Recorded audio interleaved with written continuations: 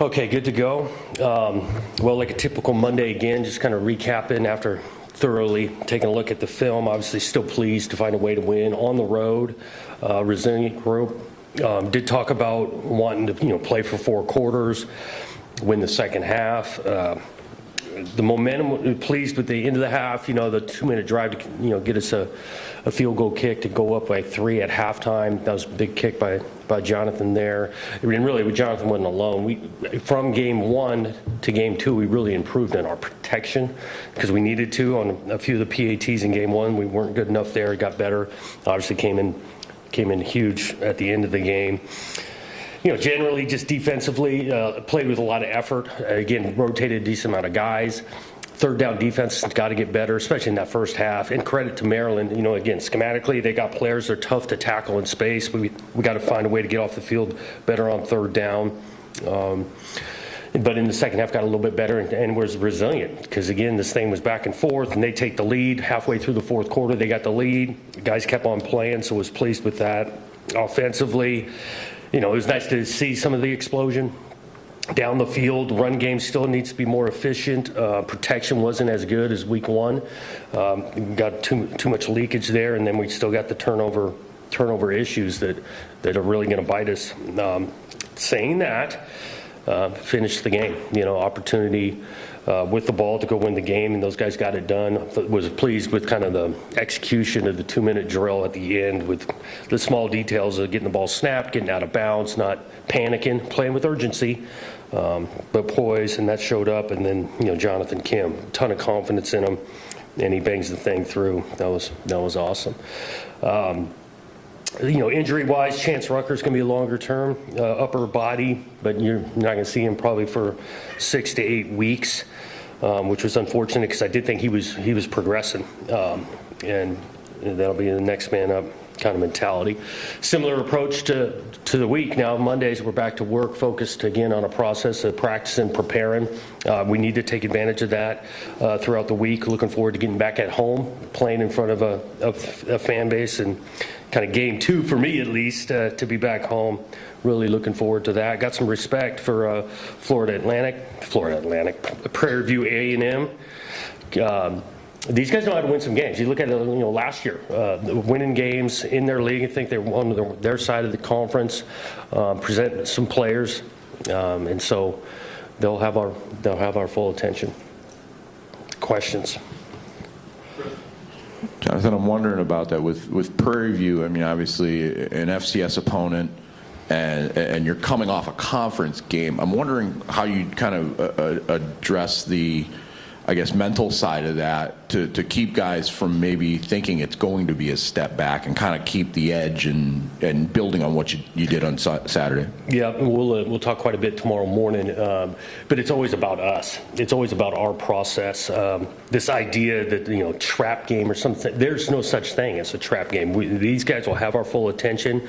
We respect every opponent we play. We've got to put in the preparation Tuesday, Wednesday, and Thursday. They're going to hear that. And I'm interested to see on their prep this week because we want to play our best football in this week 3 that we've played all year because we're getting better from week 1 to 2 to 3.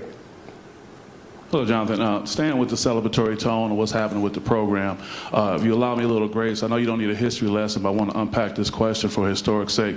Prairie View, HBCU, historically black college university, and the connection that Michigan State has under the late, great Hugh Duffy Doherty, 1965 and 1966, winning those national championships. 66 with predominantly African-American players who couldn't play in the segregated South, coming to Michigan State, which is basically the HBCU of the North. So talk about potentially having that connection to the legacy, and then Willie Thrower being the first African-American to play in the Big Ten at Michigan State, and having an African-American quarterback in your relationship with Aiden. Can you just talk about the historic relevance of all those things? Yeah, I did learn on some of those things you just mentioned, and we are celebrating those 2 teams, 65 and 66, getting inducted into the Michigan State Hall of Fame this weekend, which is a beautiful, a perfect timing with with Prairie View A&M coming in. And so I think it's, for me personally, coming to a place that celebrates these things and makes notice of it, of a Hall of Fame induction at the same time, and teams coming in with a background of history, proud to be a part of it. Jonathan, after the game, Mike Loxley said the plan was to make Aiden basically beat them with his arm, and obviously that happened. How much do you think that alters game plans in the future, where guys have now seen proof that he can make plays with his arm, and how that affects their defense? I think you think about it defensively, you do want to make them, one-handed more or less, whether it's the run game or the pass game. Oftentimes you're trying to take something away, and so that's not overly surprising that you want to, take away a run game, let's say, and then, if you're doing that, you're going to put a lot of pressure on the quarterback to execute, and he executed well enough for us to win the game, and so he does. His decision-making in this one, I didn't think was improved from game 1 to game 2. A couple of those interceptions are just inaccuracy. He's got to get his feet set to do it. And again, this kid's competitive. He's battled. I thought he improved from week 1 to week 2, and look forward to seeing his growth throughout the year.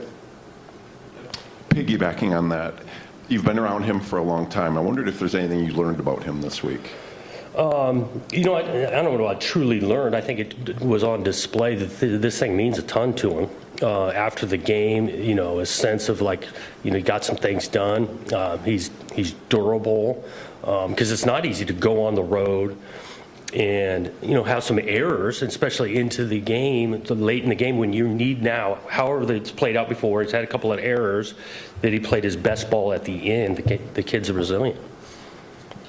Jonathan, with Chance down, that's 3 DBs. Do you do anything different in practice from a precautionary standpoint? Or is there anybody even on offense that you could slide around? I haven't had a conversation on any offensive players. Difference in practice, there's other guys going to get more opportunity to fill in, which I'm excited about. We've got some younger players that have been working hard, haven't gotten in on defense as much, and they might get an opportunity or force their hand to do it. Precautionary in practice, we're always trying to be really smart, having guys prepared for the game, but also healthy and to go in the game, and so that's a balancing act. But we've got some other options of guys that need to step up in there, and we'll see how this week of practice goes to determine kind of who those guys are. When it comes to trying to get the run game going, obviously the offensive line has a lot to do with that, and a lot of new guys there this season. Luke Newman's playing a totally new position, and you also have lost, a starter with an injury. Just how, what do you think is the biggest issue there in trying to get it all together? I think a little bit early, what you mentioned early, gelling together, all 5 guys being on the same page. I love the fact that we are rotating a little bit. We're 3 guys at tackle. We rotate a little bit at right guard with 2 different guys, and so getting on the same page isn't always easy. We got to make the thing more physical. We got to play with the lower pad level. We got to finish on plays. That's going to help the run game. And I'll say, I'm not just talking the 5-0 line. There's plenty of time where tight ends are big packages of that in the run game. Backs got to show some confidence in the hole too, and stay disciplined in their approach and what they're seeing, and they're not guessing, to us to be more and more efficient. You had a couple guys dinged up throughout that game. Glover went out. You had to bring in some of the other receivers. I wonder what you kind of saw with Gates, with Isaiah, and then the kick return game, obviously, with Isaiah getting shuffled out there at the end. Isaiah on the kick return game, that was the first kind of opportunity for him to do that, and he'll learn from that. We got to block some things better too. It's some of that. It's not always just the distance of it; it's the hang time of it and making those decisions, whether field it, fair catch, all that, and that's why we got to go back to work and practice to get that right. Gates is AZ on offense. Those guys have been working. AZ had a nice catch in week 1, so we got confidence with him in the game. Gates has been battling a little bit with his ankle, and so he hadn't been full speed until this one. It was nice to get him out there, and hopefully he progresses and does some more stuff. Jonathan, with Nate Carter's had a little bit of a quiet start, I guess it's fair to say, maybe to the season. Is it taking him some time, you think, to just sort of get a true feel for this offense? Are there other things going on that you just have talked about so far today? And additionally, what do you think K'Ron Lynch-Adams has brought to your guys' run game now that you've been able to see him, a couple times? Yeah, not down at all on Nate. I think he's been working. He had a couple nice carries, especially early. He creased one down in the red zone this last week. We do want to have a balanced attack between the two of them. I think they're a nice change-up. Their skill sets is a little bit different. Nate was huge in the both 2-minute drives. He's in there. We're not running the ball a ton, but in the protection, knowing the calls, he had a couple of key blocks on pressures. And so that's how the season will go. One guy will get a hot hand, and we might ride him for a little bit. Takes all 11 in the run game to get the thing going. We're confident Nate will be right there. Jonathan, we saw it seemed like a lot more Darius Snow on Saturday. Just wondering kind of the use of him and kind of his skill set for what the matchup is, and for a guy that obviously physically has been through a lot in the last couple of years to be able to get out there and look like he played pretty well. Yeah, he did. He kind of makes the play on the deflection to get the turnover. Some of his plays kind of dictated offensively what they put in the game. When they show a couple of tight ends, you see him in the game quite a bit, so 12 personnel. Previous matchups we hadn't seen as much 12, so you saw a little less of him. But he's doing great. He's on teams as well and making an impact there, and we're going to need that for him to continue to contribute that way. Coach, oftentimes when a team is this new, when there's this much turnover, these teams don't typically finish the way that you guys did. What does it say about this team? Is that encouraging, when it's just week 2 and you're already being able to pull off these wins? Yeah, I think it's encouraging. But both wins, you win the thing in the fourth quarter. This team came together in August and wanted to be player-led, and I think it's been led by the players to finish the way they have, sticking together, each side of the ball, having to step up for the other one. It's a tight-knit. I would describe it as tight-knit, even though we have so many new faces. And you learn each week. That's one thing that's shown up the last couple of weeks is the ability to respond and finish. We're going to try to keep that consistent for the year.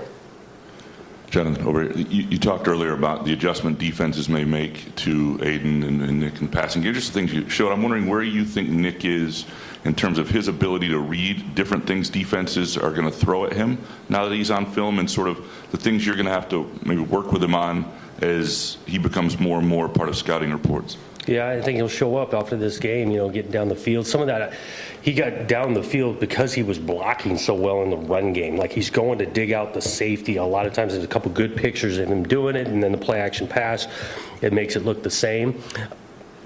We don't have any training wheels on the guy. I mean, he's out there, route adjustments. If it's cover 2, you do this. If it's man-to-man, you do that. He's playing all of those. He has a nice game. We need to continue to complement the pass game after, again, 2 weeks, but multiple guys catching it, because if they want to do some things rotation-wise his way, well, tight end need to show up. Belling was huge on third down a couple of times. Might present some opportunities for other guys. Jonathan, with all the positives from Saturday, when you look at the tape and you see the second most penalty yards in the country, how maddening is that for you as a coach, and what do you do about it? Yeah, it's self-inflicted. I was not pleased with it. Week 1, that was self-inflicted. Now it's heavy on the defensive side. It was like polar opposite in this one. Hands inside. We got a couple of holding penalties. A terrible blindside block when, again, we're going down to the red zone. Terrible decision making. And so it starts with us. We got to be able to coach this better, set a higher standard for that. And I think I've said this before. The goal is not to play penalty free. I'm not asking them to do that. We need to fly around once in a while, but it needs to be in between the whistles, playing full speed and with great technique. But double digits back-to-back, not good enough. One quick follow-up. Yep. Did you get any kind of explanation on that roughing the kicker that wasn't? The ball was tipped. I just understood the rule that way. Once it gets tipped, the guys can get hit. Kind of going back to Aiden, and it was kind of maybe a little thing, but on that reverse to Glover, he was there throwing a block for him. I guess when you watch it back on tape, what did you see? And as a former quarterback, one, is that a good thing?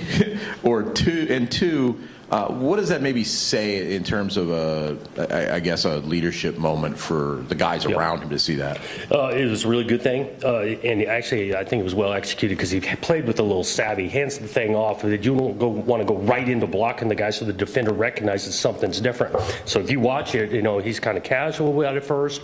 Then he doesn't do a blindside block and knock the guy out. Puts his feet apart and gets the receiver outside. Going back in my days, I can remember calling a reverse, and the quarterback's supposed to get a guy done. This guy's John Ross is going to take it to the house. If the quarterback gets this done, he doesn't do it because his feet aren't apart. So it was well done by Aiden. From a leadership standpoint, too. Yeah, the buy-in of like, yeah, he'll do whatever it takes to do positive plays, and ask him to block once in a while. He's all in on it. Jonathan, I was wondering about Jerron and Ed Woods. Those are two guys that both went off, and I don't think we saw them. Yeah, we'll kind of see how they progress through the week, but we're hopeful to see what the week of practice looks like. Okay. And then with the run game, just how the carries get split up, week to week. We saw a little bit more of an even balance between. That's where we want to be until someone maybe gets a hot hand. But going into the game, both those guys we feel confident with. Multiple reasons. With a long season, the wear and tear, guys get tired. Oftentimes, that's when you see the ball on the ground a little bit more, and so we want to keep both those guys fresh and have utmost confidence in both guys. Anything else? Yeah. Yeah, internally, Charles Brantley was named Defensive Player of the Week. I know he played the run real well in the first quarter. Can you talk about things that he did? Tackled, yeah, he did play the run well. He tackled well. Again, those are some good receivers. He was out there challenging them.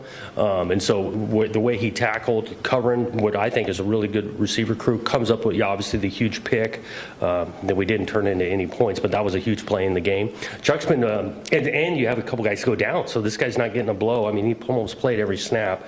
He had a great game. Just wondering, we've talked about penalties now for both weeks.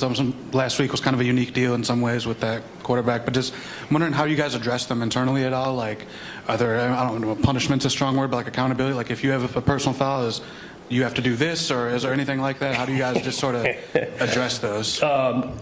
Yeah, we'll kind of keep that internal, but really I want it to be the peer pressure amongst the team that guys don't want to make bad decision plays, and so not going back to this player-led idea. It's not all dictated coming down from the coaches. It's the locker room, and these guys want it, and so I think we got a little peer pressure amongst the team that they want to do things right.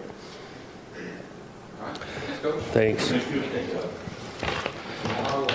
Offensive players, coaches, and a lot of you on 11:30 after practice.